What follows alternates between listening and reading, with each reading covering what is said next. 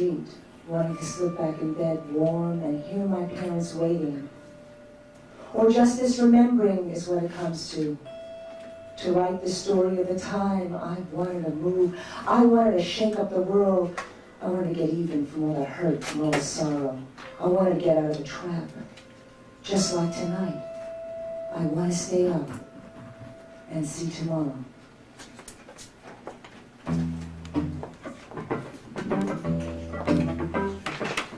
Down the street, Davy Crockett, coonskin cap, bobby sock,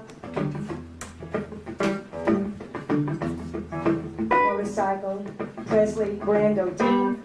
I knew who I was, where I was. On the corner, chewing gum, doo-wah, duckbills, DAs, page boys, ponytails, boy next door, girl next door. I knew who I was, where I was. Fast car, school rings, letter sweater, going steady, getting hot, real safe sex.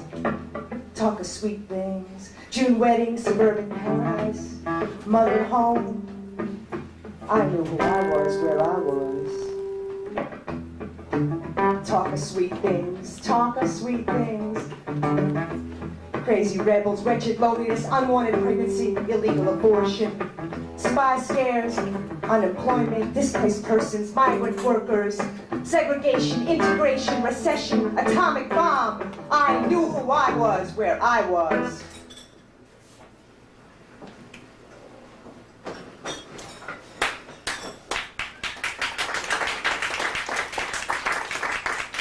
This was way before Hollywood or even Manhattan. It was way before I thought I'd ever get beyond the Grand Concourse in the Bronx. Get away from Harry the Creep, who smacked me for being too good, for saying no. Or walking away for dismissing him for being such an asshole. Or Ronnie the biker bro, who rode around with me and made me scream from his hideous laugh. Or Little Richie, who had wet dreams and told everyone it made him a man. Or Jackie the junkie, who was on smack, back living with his mother, who didn't believe he was an addict, she just kept saying he had a bad cold. Or Shelley the slut, who was fucking all the guys, but not getting any of them to say they really even liked her. Or Carol, her sister, who wanted friends of her own, so she told the girls her gorgeous brother Steve, who worked in the chocolate shop, would give him something sweet to eat. Oh, and Joey the wild boy, who stole my diary and then spit in my face. Or Helen the bookworm and her communist parents, who turned me on to Sartre and the Zionist movement, but never let her dance after 6, so I had other friends. Or Florence and Kathy, who were jealous of anyone they didn't feel better than, and that was everyone. Or Tammy the truant and her brother, whose name I can't remember, but he once tied me up and felt me up, and said he would do more to me, but it was time for supper. It was back then that I said, oh my God, I believed my life would have to get better. I would say to the stars at night, I had to get out of here. I felt there was a place for me. Just like West Side Story. I would sit on the fire escape and sing for someone to save me.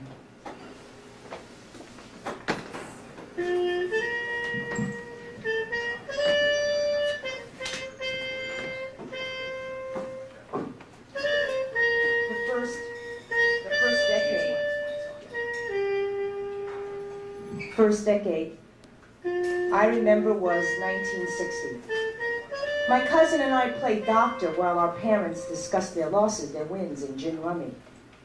My father threw his cards at my uncle, who had a better hand, and he winked at my mother, while she yelled into the other room to find out what we were doing. Nothing, we said, nothing.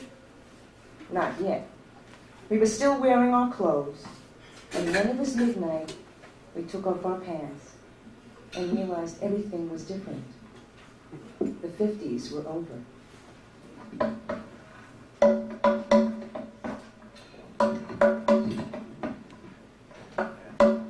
Outside, the kettle of fish.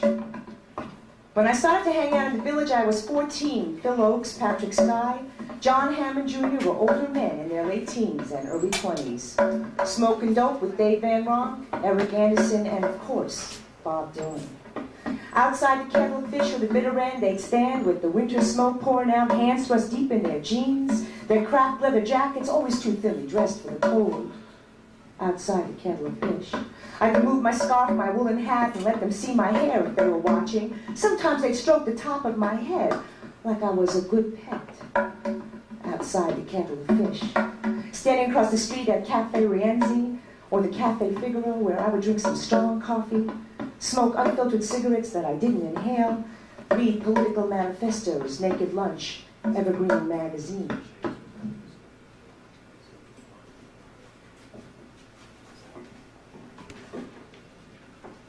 During a full moon, Marlon Brando and Steve McQueen came by on their motorcycles to see if I was interested in the smell of sweat and leather.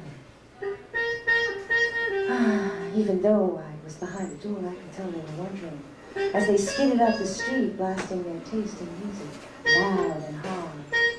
They waited in a row, but my mother wouldn't let me go out after dark. I would have gone, just like that. But whose bike would I get on? Whose back would I press my face against? Whose heart would I break? It's a good thing my mother was so strict.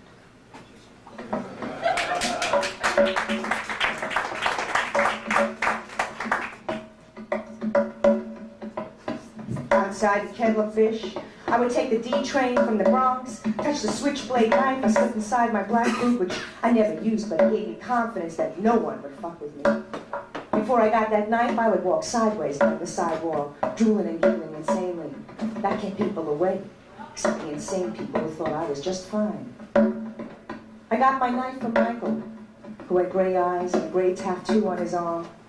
And Michael made me realize that I wanted to live on a tree-lined street in the village. I wanted to sit in dark clubs with musicians and painters and poets. I wanted to have a beat vision.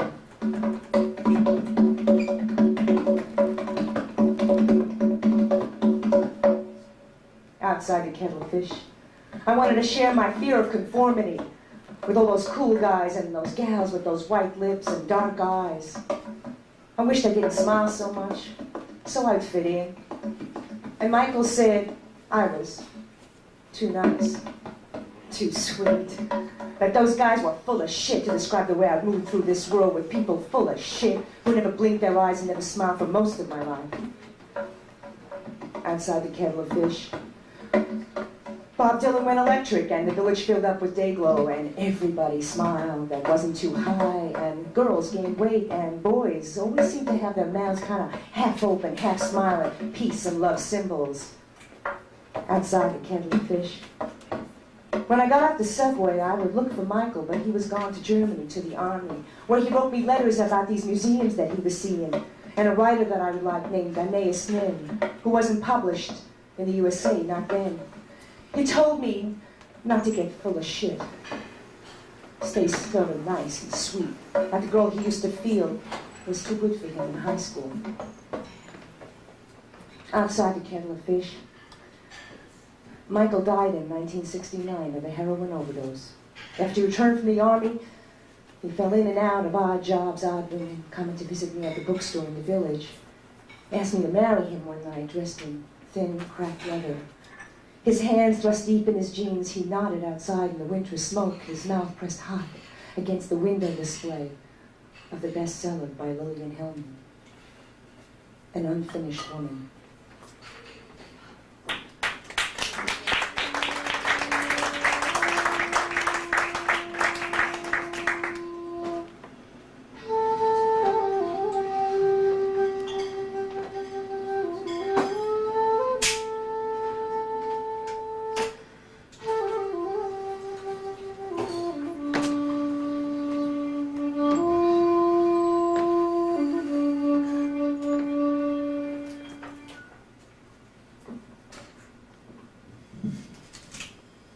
Even though I consider childhood to be one of the more painfully dismissed periods of my life, I was certain that once I got out on my own, nothing would go wrong.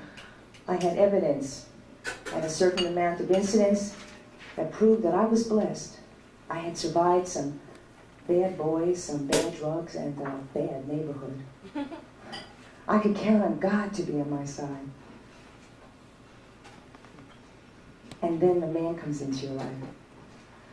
To release the child, neglected, abandoned, lost, wanting to trust, he comes into your life full of love and touches the woman you are. And he makes you break up with the man you have become.